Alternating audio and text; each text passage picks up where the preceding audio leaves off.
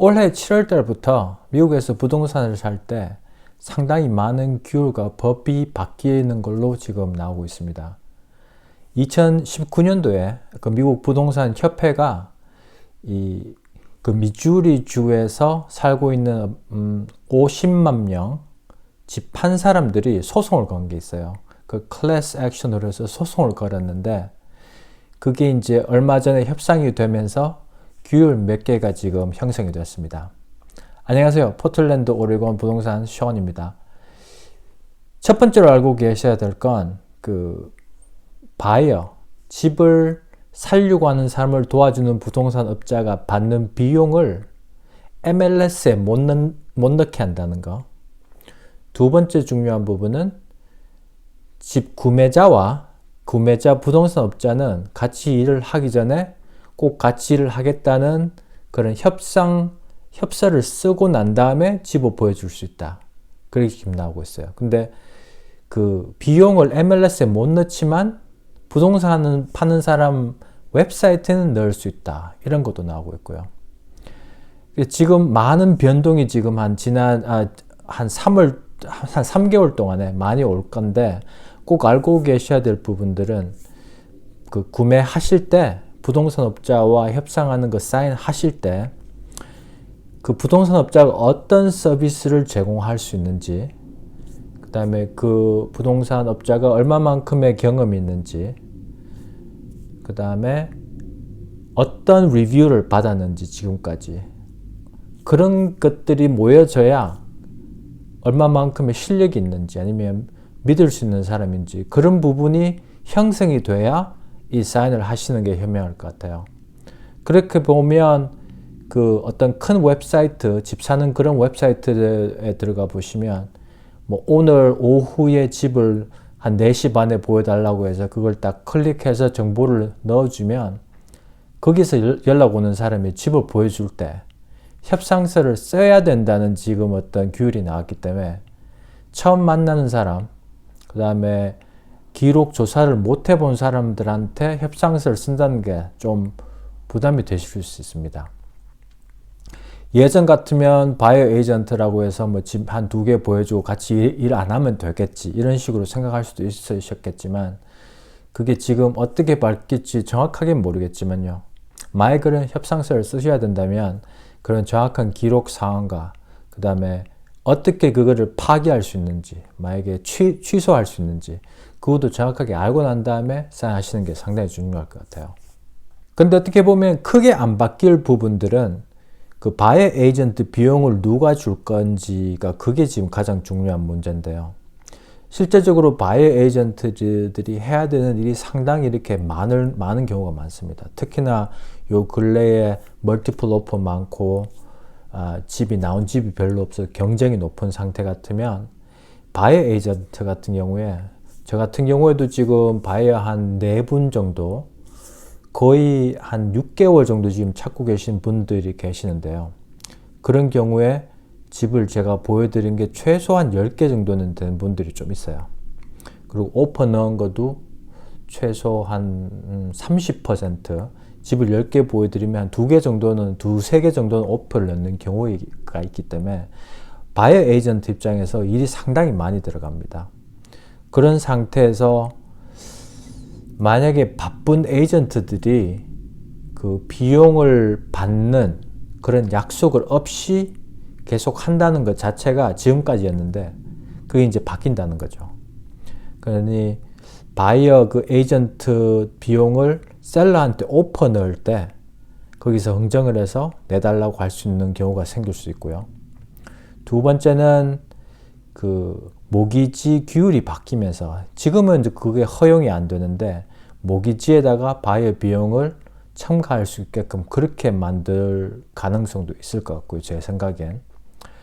아니면 최악의 경우에 바이어한테 가장 힘든 부분은 직접 그 돈을 줘야 된다는 이야기인데 그러면 그 다음 질문사항은 이 10,000불, 15,000불 그렇게 지금 나오고 있는 바이어 에이전트 비용을 바이어들이, 즉 구매자들이 부담을 할 수 있는지 그런 능력도 상당히 문제가 되는 부분이거든요.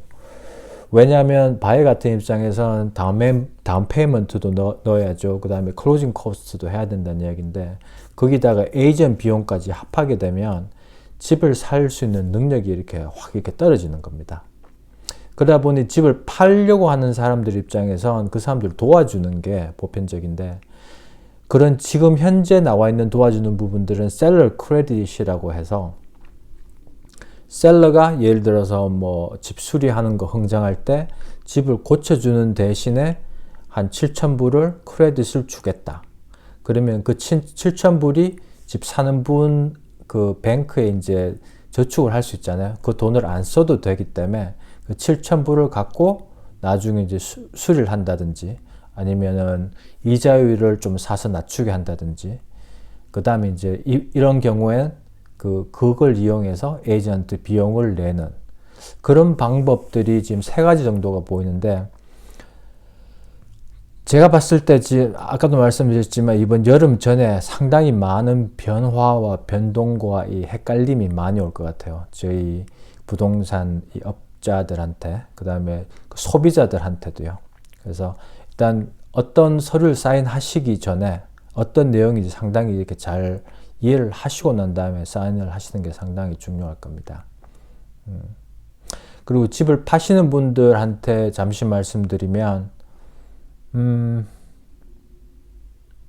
제가 봤을 땐 바이어 에이전트한테 주는 비용이 돈을 헛쓰는 건 아닌 것 같아요. 왜냐하면 바이어 에이전트들 하는 일이 없으면 집을 보러 오려고 하는 사람들 숫자가 줄어들 거고요.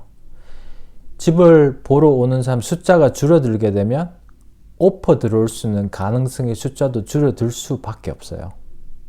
그렇기 때문에 지금 현재 상태에서 만약에 바이어들이 셀러 에이전트한테 직접 연락해서 집을 보여달라고 했을 경우에 오픈하우스 아닌 경우에 그 셀러 에이전트가 계속 나가서 집을 보여줄 수 있는 그런 가능성이 낮다고 봅니다.